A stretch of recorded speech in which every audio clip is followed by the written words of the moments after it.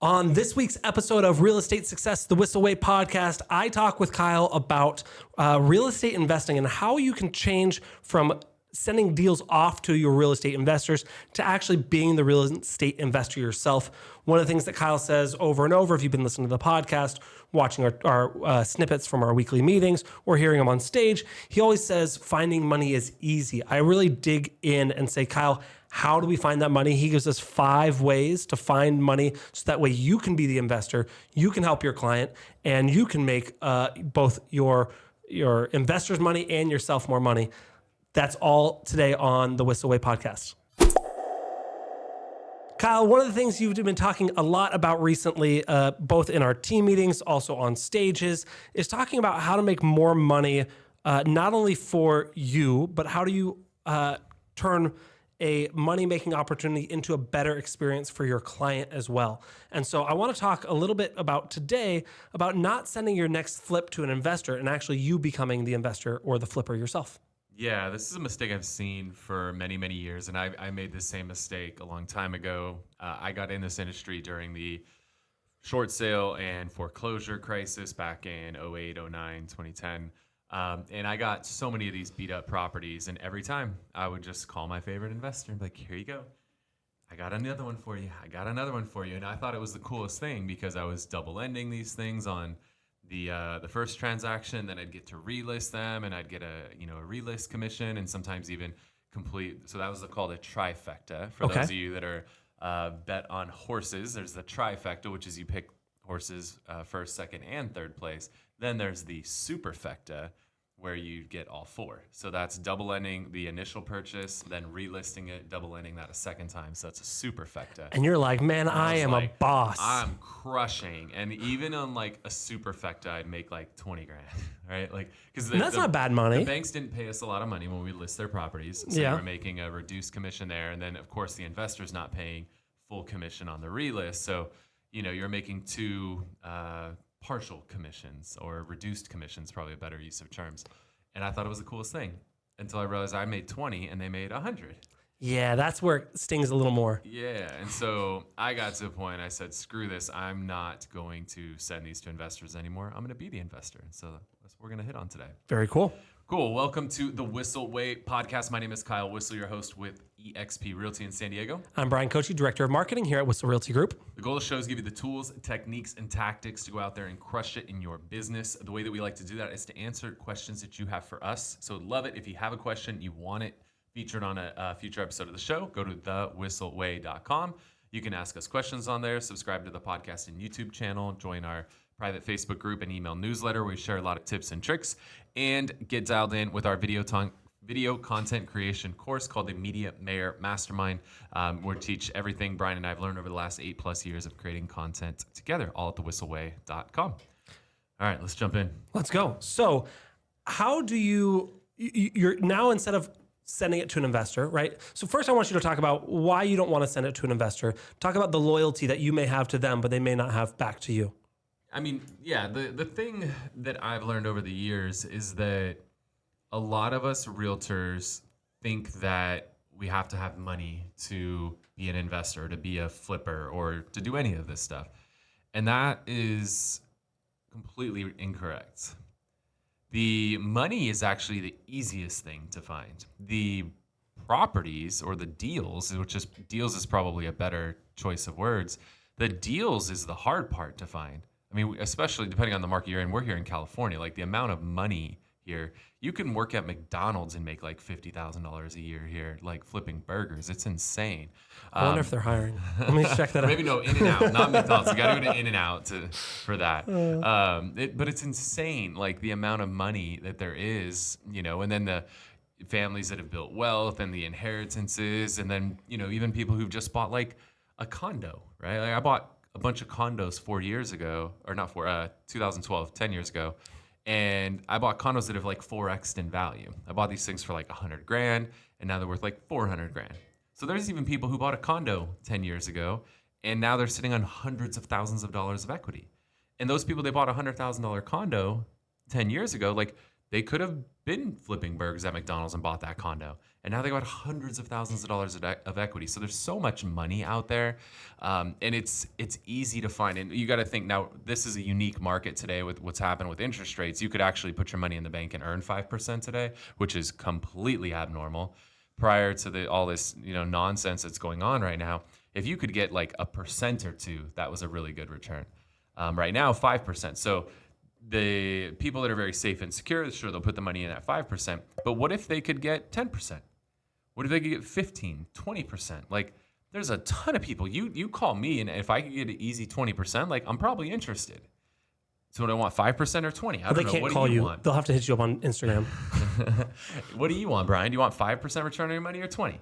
I'll Obviously, take 20 all day long, especially if it's backed by real estate, which is one of the most stable assets there is. So what I've learned over the years is that we control these deals. If we control the deal, we can find the money. The money's so freaking easy to find. I mean, I literally was in a text thread recently with one text message, raised almost $1 million with a single text in one thread because I presented a deal to people or an opportunity to people that was too good to resist.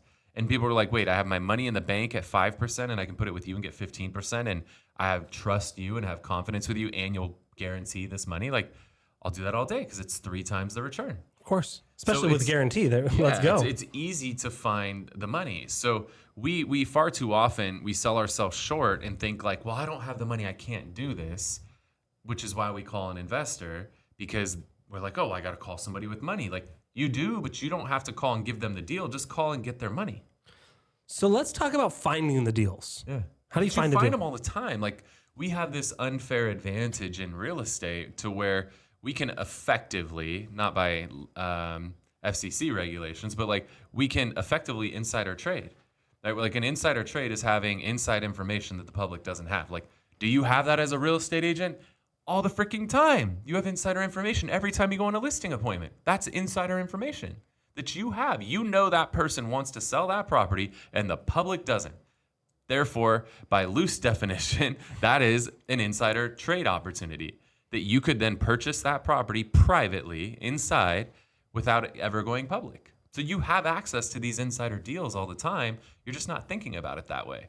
The second limiting belief, right, other than money that people have, that agents have all the time, is that, well, the property's got to go on the market so I can sell it for top dollar. Is that what the seller wants? Like, or is that what you want? And sometimes we put our own egos in front of our client's best interest and think that every client we meet with, their objective is to put the home on the MLS and sell it for the highest price. That's not what everybody wants. Maybe that's what you want because you want to like brag that you got the new record sale in the neighborhood, but is that what your client wants? Maybe, maybe not. What percent of clients would you say want that? Do a rough guess with your 20 years of experience. More often than not, they all want the highest price. True. But do they want to go on the market is the question. So in your experience, and this is obviously one man's experience, and it's different, but I'm curious, I don't know, is it 90%, 95%, 80%? If they could all not go on the market and get the highest price, 100% would take that. Yeah. I mean, I did. Right. I didn't go on the market. I sold to Zillow. Well, Zillow, we love your algorithm that you had for at least for a while there. Yeah, it worked well for your me. Your algorithm was great. The thing is, every seller would love to get the highest price possible, right? Of course. But there's a percentage of sellers, and I don't know exactly what the percentage is, but there's a percentage of sellers that will forego the highest price for the highest level of convenience.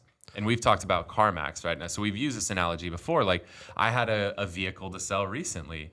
I had zero desire to sell it, right? Like, I didn't want to, you got to put it up on Facebook Marketplace and Auto Trader and all these things, right? Like, you put it on all these websites and then you got to get all these inquiries from random people trying to figure out which ones are real, which ones aren't, and all these people lowballing you. And then it's like somebody wants to see it and you're like, okay, this is cool. And then they show up to see it and they're like, can we take it for a drive? And you're like, oh shit, what do we do? Like, do I go with this person or do I hand them the keys and, hope they come back with the car? Like, that's a really awkward experience. And then, like, heaven forbid they actually want to buy it. Now we got to figure out how does this money work and transferring the title and Or are they going to wire me the money? Are they going to give me a cashier's check? But if they give me a cashier's check, what if I put it in and then I think the money's there and then the money's not there, but I already signed the title over it?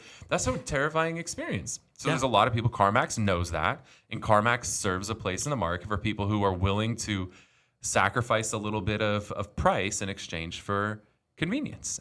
Well, if that exists in cars, it exists in homes, but we don't think that way. We think that everybody wants the top dollar approach, right? That everybody wants to get maximum dollars out of their transaction. But there's a lot of people who don't want to deal with, first I got to find the realtor. Then I got to spend all this money getting the house ready. I got to clean the house up. Then I got to put it on the market. Everybody in the neighborhood knows my home's for sale. There's a sign in the front yard and people are going to drive by and they're going to stand in my yard and they're going to take pictures and they're going to grab flyers out of this box. Then my agent says I have to do this open house thing where I got to open the doors and let 100 random strangers come through the house. And then all these people are going to want to come see the house at all hours of the day. And then I got kids, I got dogs. I got to put all this stuff away. I got to clean up. And as soon as I clean up, there's a showing. Then I let my kids back in the house. They tear it apart. Then there's another showing. And then an offer is going to come in. Who knows when the offer is going to come in and who knows what the price is going to be. And then I got to negotiate with somebody. Then I come to terms with somebody, right? You get it. Not everybody wants that. There's other people, if they could just get their price and be gone, they're happy. They're willing to sacrifice some price in exchange for convenience.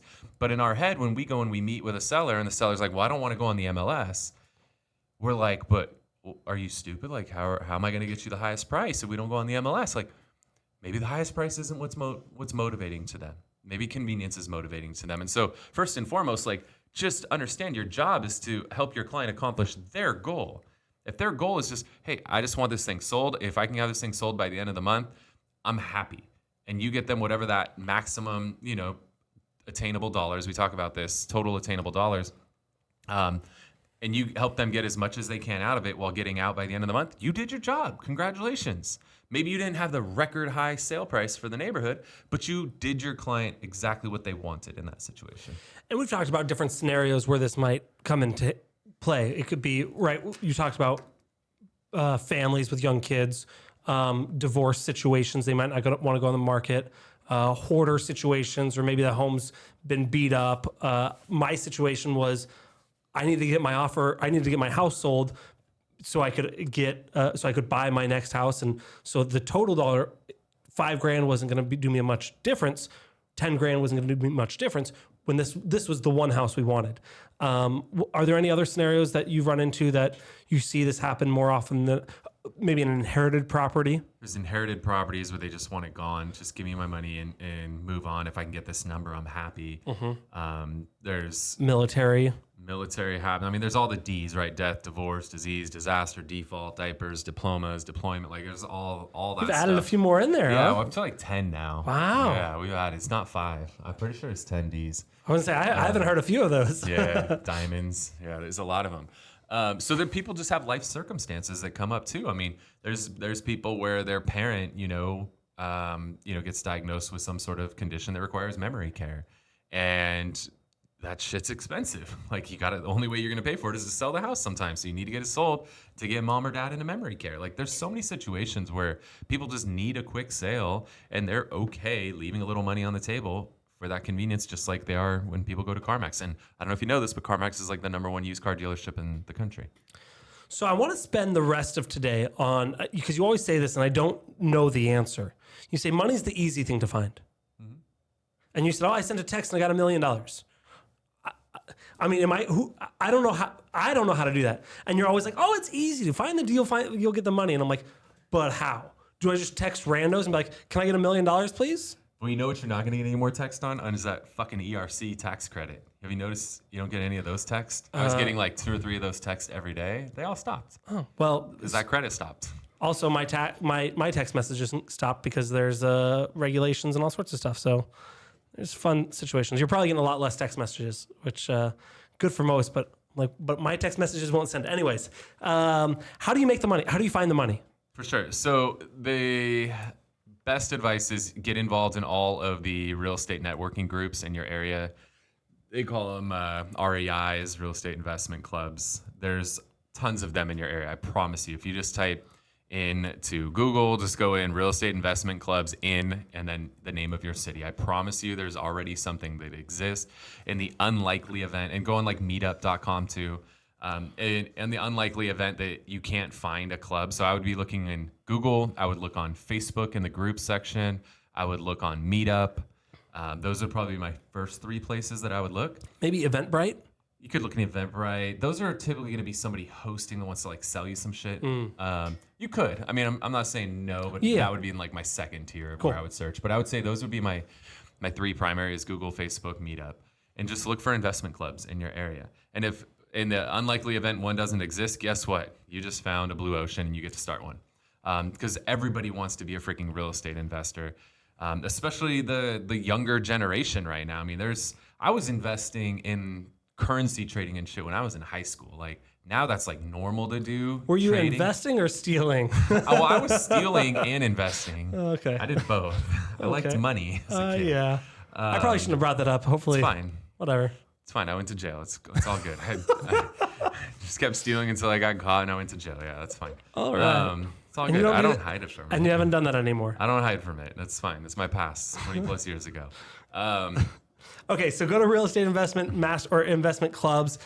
These are clubs where you network with people. I mean, these are all people that are either investing themselves, have a desire to invest, but you're going to find money in places like that. And if you go to one of those and you just tell people like, hey, I have a deal. I'm looking for a partner. I'm looking for somebody to invest with me. I guarantee you, if you go to one of these events, print yourself out a little flyer, say, hey, I've got a property tied up. Like ideally you have the property tied up. And now you're just saying like, hey, I've got this. We're about to tie one up today, for example. We're about to tie up a 3-bedroom, 2-bath house here in La Mesa, $650 purchase price, $150 rehab, $1 million ARV. Net profit on that thing will be north of $100,000. Hey, Bryan, I've got this deal tied up. Would you be interested in investing on this one? Let's call it, I'm going to need $250,000. Bryan, would you be interested in investing $250K with me? I'll return that $250 plus $50,000 back in about 4 months from now. Would that be something of interest to you? Yes. Like, that's all you're doing. You're just having that conversation with people. And if you run the numbers on that, if you gave me $250 and I gave you a $50,000 on top of that in 4 months from now, that's a 20% return on a 3-month basis. When you annualize that out, that's an insane return. Far better than the 5% they're getting in their bank account. So if you go and you tell your story, I have property tied up, purchase, here's my purchase price, here's my ARV, here's my rehab, here's my ARV, here's my projected ARV net is after rehab rehab. value. Okay, yep. After rehab value, yeah. Here's my ARV. I'm looking for an investor to come in. Here's what the investment would be. Here's the projected return. Here's what the annualized, return on investment would be. Is that something you're interested in? Now, you know how to run all these numbers. You've been doing this for a while. If an agent's listening and they go, I don't know how to figure out ARV. I don't know how to figure out, what the ARV is probably pretty actually easier to figure out than the rehab. Hope so. Yeah. But you don't know if it's going to cost $50,000 or $100,000 or $20,000. It's a rehab. Yeah. Do you bring in a contractor that you work with? I think you should. Like, we have rough numbers that we use. Now, this is going to vary wildly. Like, what it costs in San Diego versus just going up the road to Riverside. It's substantially different pricing. So if I go to Biloxi, Mississippi, it's probably going to be a whole nother world of pricing. So I think the best thing you could do is tie the property up and meet with 3 contractors. You need to learn this because this is going to help you not only in your investment business, but in your just typical real estate business too. So this is one, like, I would not recommend just Googling this shit. I would recommend, like, this is one you need to get, roll up your sleeves, get a little dirty and learn this stuff so you can understand what is it like to meet with a contractor, understand what is the process, what is the cost, what is the timing, what's the payment schedule. Like, you should learn this. So this is one that I wouldn't just like glaze over. I think it's a valuable part of the learning process to go and meet with 3 contractors and get bids. Plus get ideas too. Like when you meet with contractors and you're walking through a fixer, they're going to give you ideas of like, what could be done? Oh, if we took this wall out, we could do this, and here's what I look for to find if it's load bearing. Like, you're walking through with a contractor that can help educate you, you'll learn so much. So I would say that's a very valuable usage of time. I remember I did that with you once on a flip right down the street from my grandparents' house. And you're like, oh, we want more backyard space. Can you just move this retaining wall back, 3 feet? And he's like, if I move it back 3 feet, it's going to have to be a 6-foot retaining wall. And you're going from a $10,000 wall to like a $100,000 wall because there's permitting, and those numbers are made up, but it was like astronomical, the amount of where any of those, and you get 100 more square foot of backyard. And you're like, okay, we'll keep the wall where it is. Let's move on. So cool. So first, finding the money with real estate investment clubs. Yeah. What else? I would start thinking about, like, for me, what I've done is I've tapped into other networks. So figure out what networking groups can you be a part of. So whether that's chambers of commerce or BNI groups or LATIP groups, like these are all networking groups. Things like that. The group that I've had really good luck with is getting into rooms with other wealthy people. So I joined a group called the Entrepreneur Organization. In order to be a member of that, everybody in there has to own a business that does $1 million or more in revenue per year. Then there's like a higher level of that, which is YPO, which I think is like $10 million or more. What's the higher one? I need to join that one. Yeah, I'll get you connected. So joining groups like that, where now you're getting in rooms with other entrepreneurs, that's a very valuable place to be. Getting involved in, anything like that, your alumni associations, like if you went to college, getting involved there. And then just, professional networks, getting into groups where who else makes a lot of money, attorneys, doctors, stuff like that, getting into networks with those people. And then just asking, putting it out there on social media, like, hey, I've got a deal. Who do you know who's looking to invest in this market? Who do you know who's looking to make 20% return over the next 4 months? Like, even if somebody isn't themselves, they might know somebody who is. Now, we haven't talked about friends and family. Yeah. Do you recommend doing this, or do you recommend, I've heard people say avoid working with friends and family. This is not a guaranteed thing. There is risk involved. Do you recommend doing this or no? Tread lightly. I wouldn't say yes. I wouldn't say no. You know your family. I would not get into it with family if you're taking like every dollar they have and putting them like at risk. I would not fuck with it. Okay. With family. If you have family that is very wealthy and has money, like $250,000 to kick around, by all means, and they'd probably love to support you and help you grow. But I would not be, trying to get money out of people that barely have it or don't have it at all. Like, I would not put those people in that position. But friends and family it's a common place to go, but I would tread lightly and make sure I'm doing it with people that really understand what they're doing, that do, put money into a variety of investments, that are comfortable taking some risks. I don't want to be somebody's first risk. And then finally, would you pull money out of your house and do like a HELOC absolutely. or refi? Yeah. People do this all the time where they brag that they like paid their house off, or I had a friend today, God bless him, he hit me up. He's like, hey, is it true that I can make like a lump sum payment to the bank and then they'll adjust my mortgage payments lower? It's like, motherfucker, if you are sitting on a stack of cash, the last thing you should do is put it on your house, which all you're going to do is like decrease where you have a 3% interest rate. Like, you're basically getting to borrow that money and really paying 3%. Like, take that and go invest it. Like, if you're sitting on a bag of cash right now, like, that's the perfect person. You better believe I'm hitting him up and I'm going to help him understand some of these investment opportunities. The worst thing you do, like, you shouldn't be bragging. Now, look, you might be like a Dave Ramsey person. Cool. You do you. I'm not going to go there. I kind of want you to go there. It's just a different philosophy. Dave Ramsey resonates with me a little bit more than I think he does. Well, Mr. Safe and Conservative, you love it. But Dave, there's some things that I agree with Dave, but being debt-free on your home, I think is silly. Being debt-free and other things, I agree with. But yeah, you should take that money. Like, if you're sitting on a ton of equity in your home, or you just got a bag of cash in the bank, like, go invest that. Worst case, put it into something that's earning you 5%. Like, if you're paying the bank 3% interest, and you could earn 5% interest in a high yield savings account, like, put it in there and you're arbitraging 2%. Like, at least do that at a bare minimum. But ideally, you're taking that bag of cash and you're investing it. But I'm all for pulling equity out of your house. Like, even today, people are like, oh, the equity line of credit's like 10%. Okay. But if you can make 20% with that money, that's worth it. So, yeah, cool. I'm for it. This is good. Yeah. I got what I needed. Yeah, just don't be scared of investing. And then here's the thing too, like, we talk about insider knowledge, like, you know what the ARV is. Okay, if you don't know what ARV is, you know what ARV is. You just haven't heard that term before. What is the property going to be worth fully rehabbed? You've sold fully rehabbed houses in the neighborhood. You know what people are willing to pay. And you've shown houses in the neighborhood. You know the features the buyers are looking for. You're not guessing. Most investors aren't walking buyers through the home. You are. Like, you're walking the buyer through the home and you're seeing the reaction when you point out the textured wall, right, with the lights behind it, and you see the buyer's reaction like, oh, that's so cool. And you realize, like, this wall's not very expensive. Maybe I should put a wall like that in. Like, you know what the buyers are looking for. The investors are guessing. You know. You have so much insider info that you're not giving yourself enough credit. Yeah, and it's really easy to, it says the guy who hasn't done it, but if you went to a listing appointment, you've already... Got some bags in the bank, Bryan. Give me some bags. Let's go. If you go to a listing appointment, I don't know what that means. If you go to a listing appointment, you have already run the comps. You already say, I know what this home will sell for, comparing it to the other homes around the similar size square foot, similar conditions, similar bedrooms and bathrooms. I know it'll sell between, $6 and $650.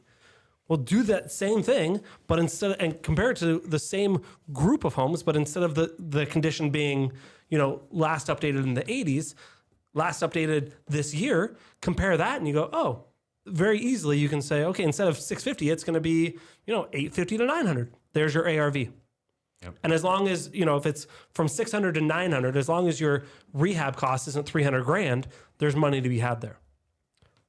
That was good. You keep saying money's easy to find. I'm like, but I don't know where to find it. So now I have a better understanding. Thank you. Appreciate that. Yeah. Now I'm going to find some money and then find some deals. And give me those bags, Bryan. I don't know what that means. All right, cool, guys. Well, hopefully you got some value out of that. If you did, if you're watching on YouTube, hit the thumbs up button. Let YouTube know you enjoyed it. If you have a question, throw it in the comments section. Bryan and I personally respond to all of those. And if you want more of our content, hit the subscribe button and the little notification bell. YouTube will do the rest. And if you're listening on a podcast platform, make sure to give us a subscribe. And if you have a couple minutes, could write a review about your takeaways from today's pod. That would be very much appreciated. Before we wrap, one of the things we like to do is share something we utilize in our business. It saves us time, makes us more money, or just helps us have a little bit more fun. What do you got, Brad? This one is not my favorite. It's not the most unique. Here we go. We've all been talking about AI. We've all been talking about ChatGPT for all this year. One of the things that I realized fairly recently is you can actually have the ChatGPT app on your phone rather than going to the web browser. On your computer, there are times where I want to respond to an email really quickly. You can just copy and paste it, respond to this email. So ChatGPT, the iPhone app, not my favorite widget. That's fine. Fine. Yeah, just take an easy one. That's fine. I use take it. the layup. No, it's fine. I've been using it lately, so that's it. Take the layup. All right, I'll do one that's tied into what we're talking about today. If you're looking for something to help you calculate return on investment for a fix and flip, for example, you obviously would love to have a place to go. So Bigger Pockets, they have, if you go to biggerpockets.com, they have a tools section. And inside that tool section, they actually have a fix and flip calculator in there for you. So you can go in there, you can run some numbers, you can play around with it, you can put reports together, and really educate yourself on like how to actually analyze properties. There's also a ton of other ones in there about wholesaling and burring and a lot of other really cool calculators. We don't burr in San Diego, Bryan. The numbers don't work here, but in other parts of the country, we burr. We could do a whole separate episode on that. So check it out, biggerpockets.com, and go to that tool section. And then there's a fix and flip calculator there that you can play with. Ballsy, promoting a alternate podcast. That's good on you. I didn't promote the podcast. I promoted their calculator. Okay, sure thing. I never even mentioned anybody else's podcast. Okay. Thanks for watching this week's episode of the Whissel Beer Podcast. Awesome, guys. Thanks so much for tuning in. I'm Kyle Whissel with eXp Realty. I'm Bryan Kochi. We'll see you next week. Later. Wait. Before you leave, I want to share some more tips and tricks that we're using in our business to take it to that next level. Just click right here. And don't forget to subscribe. Click right here.